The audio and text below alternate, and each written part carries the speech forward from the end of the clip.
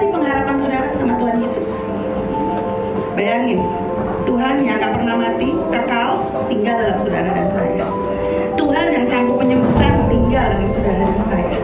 Tuhan yang memberikan kita kuasa untuk menyembuhkan orang, tinggal di dalam saudara dan saya. Amen.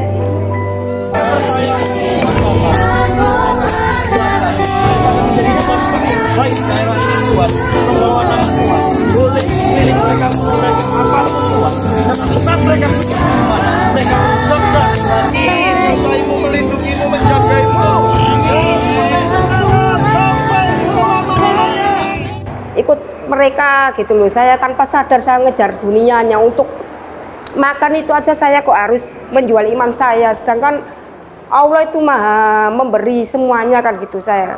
Jadi kalau saya bisa berubah gitu, saya pengen mereka juga bisa berubah gitu.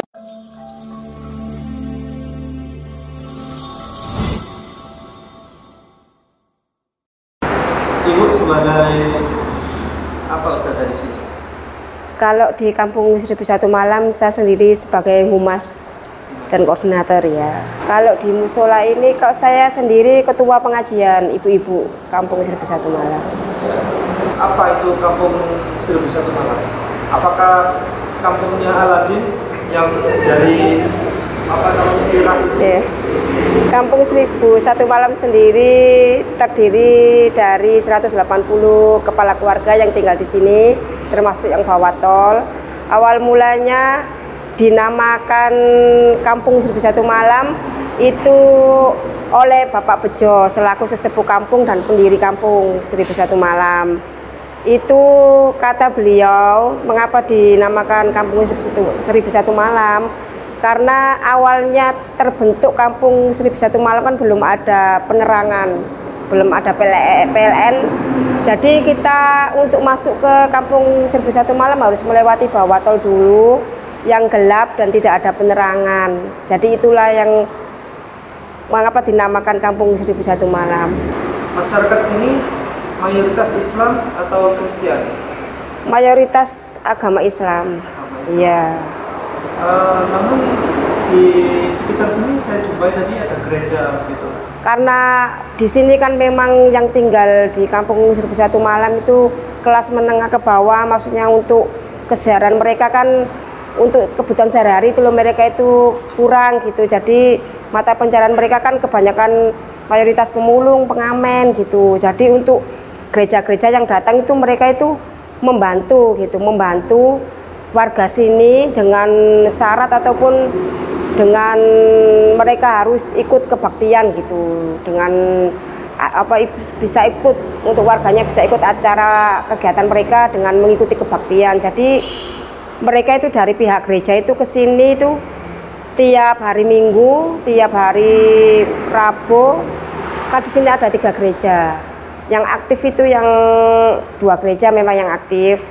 Jadi tiap 1 minggu itu ada 3 kebaktian, 3-4 kali kebaktian dalam seminggu. Jadi kalau warga yang ikut kebaktian gitu nanti pulang-pulang mereka kan mendapatkan sembako gitu. Tapi kan warga kan tidak, maksudnya kan tidak menyadari apa yang mereka lakukan semata-mata kan memang karena faktor ekonomi. Mereka kan ingin mendapatkan sembakonya itu untuk kebutuhan sehari-hari.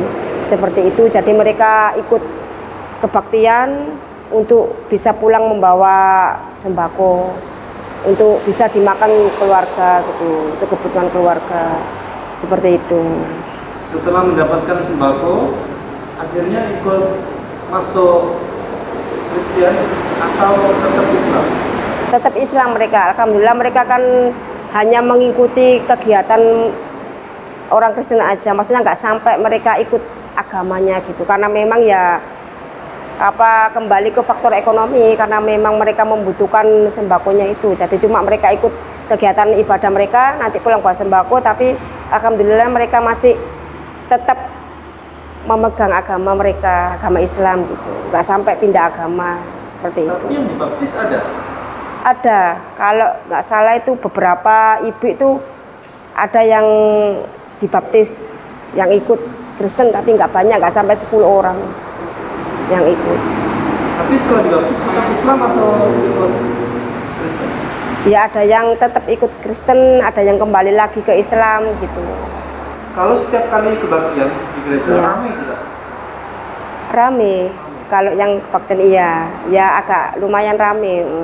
Karena mereka kan merasa di sana mungkin mereka bisa tertawa, bisa bertemu dengan ibu-ibu yang lain. Mereka pulang dapat bingkisan gitu, dapat sembako. Kalau masyarakat di sini itu kan dari awal mereka itu sudah mindset mereka kan kayak diberi gitu loh. Mereka kan jadi kalau ada kayak seperti sebenarnya banyak sekali sih kayak pelatihan-pelatihan gitu untuk ibu-ibu, pelatihan menyulam ataupun pelatihan membuat kue, membuat keripik, banyak sekali pelatihan. Cuma ibu-ibu itu karena mereka terbiasa dengan pemberian, jadi kalau pelatihan-pelatihan tuh ya waktu pelatihan aja ikut, nanti untuk selanjutnya untuk usaha sendiri gitu ibu-ibunya agak susah gitu kalau dibimbing untuk melakukan usaha sendiri seperti itu. Di sini anak-anak sekolah di mana? Kebanyakan di SDN dulu, Pak. Dari saudara-saudara kita dari gereja bikin sekolah di sini tidak? Kalau ada sih sebagian anak juga yang dibantu oleh salah satu gereja gitu untuk sekolah mereka juga ada. Kalau mendirikan sekolah sini tidak ada?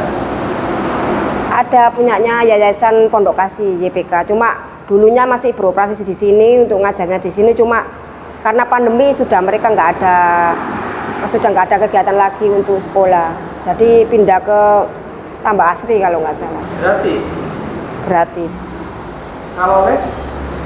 Kalau les banyak dari gereja GBU Rock juga biasanya ngadakan les untuk anak-anak juga. Ini peran musola ini gimana?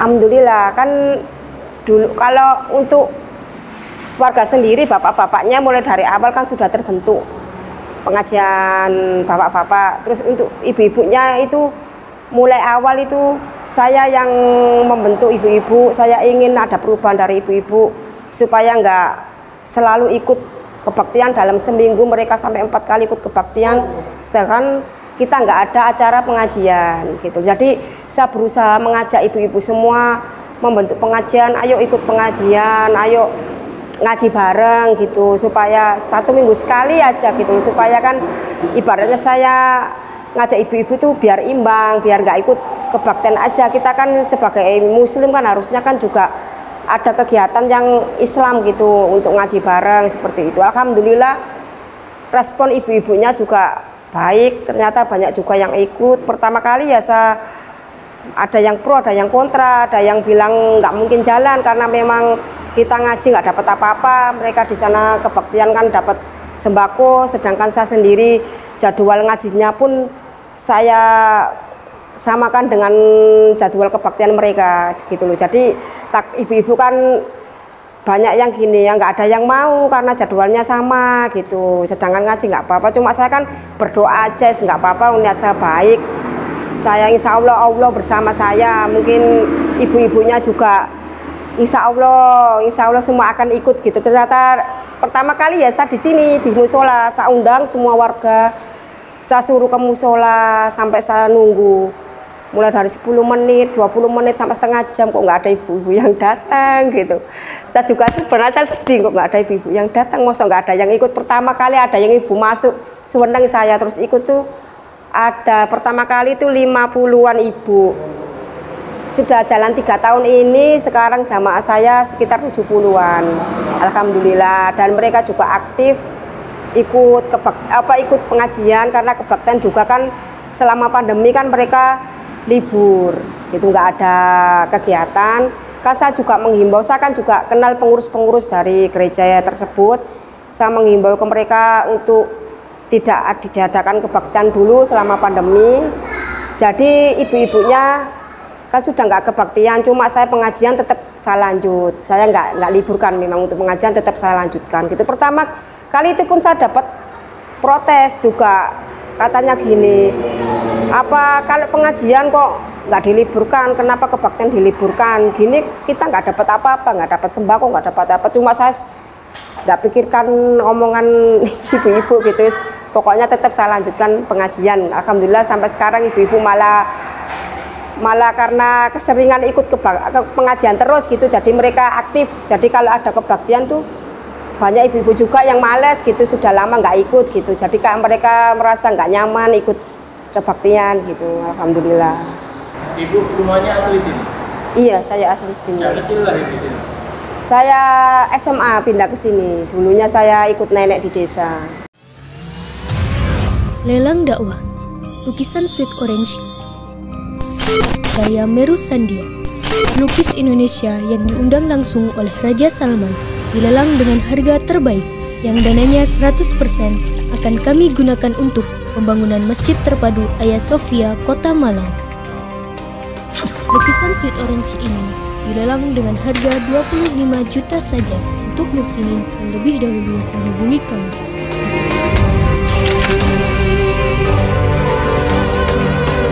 Dan berdirilah benteng yang sederhana awal untuk mengabarkan kebenaran rahmatan lil alamin.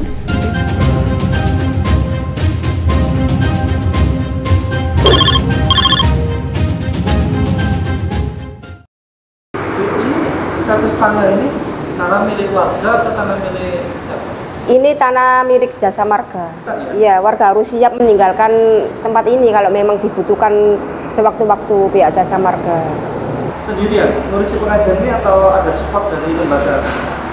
Saya waktu pertama kali saya sendirian membentuk, terus alhamdulillah ya namanya kita juga niatnya baik, Allah itu mendatangkan banyak sekali rekan-rekan gitu yang saya nggak pernah kenal. Ternyata saya didatangkan tamu-tamu itu, didatangkan seperti dari Hayatul Ilmi, dari MC Belitung, dari pokoknya dari BMH, kok banyak sekali itu loh. Saya tuh kayak banyak yang mensupport gitu loh. Pertama kali saya mendirikan itu saya sendiri, cuma terus kok banyak sekali tamu-tamu yang datang, terus saya ceritakan mereka mensupport.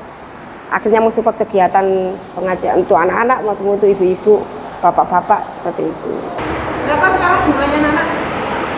Banyak, sekitar 100, ya 90-an lebih. 97 kalau nggak 98 ya. Jadi kalau Idul Adha katanya ya kasih kurban juga dari gereja. Itu kemarin itu sapi yang 2 tahun yang lalu. Iya, 2 tahun yang lalu mereka kasih sapi. Anak-anak juga dibantu rebana. Tapi kalau acara kebaktian ya ikut pengajaran mereka ya. Iya, seperti itu. Kan kadang juga hafalan surat-surat kalau mereka itu kalau Injil ya. Iya, hafalan Alkitab juga.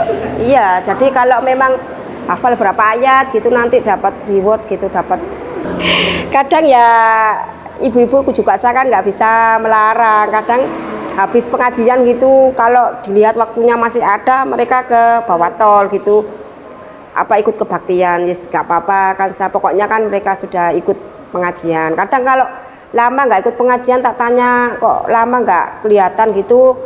Iya mbak, saya di bawah tol, saya soalnya nggak punya beras, apa nggak punya apa gitu, saya ke sana gitu. Jadi saya bilang ya nggak apa-apa, minggu depan ke pengajian ya, biar pengajiannya diisi, nggak ke bawah tol. Oh iya mbak gitu, nanti kalau minggu depan tak lihat oh sudah ikut gitu. Kadang ya ada yang izin, mbak saya nggak ikut pengajian dulu ya, saya ke bawah tol dulu ya. Ya tapi minggu depan ikut lagi ya pengajiannya. Iya mbak gitu. Ada juga yang sudah nggak ikut sama sekali juga ada. Jadwalnya benar-benar dibentukkan gitu? Iya, memang saya sengaja saya samakan. Cuma kan ya nggak apa-apa, mereka kan juga butuh proses, jadi saya nggak bisa memaksa gitu. Kalau memang bisa ikut ya nggak apa-apa, monggo. Kalau memang nggak bisa ikut kan karena memang kebutuhan mereka, jadi saya nggak bisa melarang gitu, karena saya nggak bisa ngasih apa-apa ke mereka gitu. Ya, tapi alhamdulillah saya juga berhubungan baik dengan pendeta mereka, kayak pengurus mereka itu saya juga hubungannya juga baik gitu. Jadi saya jadi nggak bisa juga kayak menyalahkan mereka atau apa gitu. Pokoknya kita kan hubungnya sama-sama baik gitu. Kadang waktu saya ada pengajian itu daerah dekatnya gereja gitu, mereka menunggu mereka nggak mau, maksudnya mereka nggak mau mengganggu ngajinya kita. Jadi mereka menunggu, terus mereka menemui saya, mohon maaf kalau ternyata ada pengajian gitu, soalnya kan sebelahan dengan tempatnya, sebelahan dengan gereja di bawah tol gitu. Jadi mereka bisa toleransi, mereka menunggu kita selesai. Sini jumlah les gratis antara dari gereja dengan dari lembaga Islam lebih banyak mana sekarang? Kalau lebih banyak ke itu, lebih banyak yang ke gereja. Kalau yang les-les, iya. Les gratis dari gereja lebih banyak? Iya. Kalau di sini saya sendiri megang dari mahasiswa. Kalau ada kegiatan mahasiswa pengabdian, KKN, itu baru mereka ikut gabung. Kalau dari mahasiswa kan nggak kontinu, nggak berkelanjutan gitu kan, ada masa-masanya saja. Kalau yang dari gereja kan mereka kan berkelanjutan, tiap 1 minggu berapa kali mereka mengadakan les gitu, rutin ya. Kalau yang dari mahasiswa kan nggak rutin. Anak-anak masih beli sepatu, tas gitu, masih? Masih, tapi kalau selama pandemi ini kayaknya, kalau tahun kemarin masih.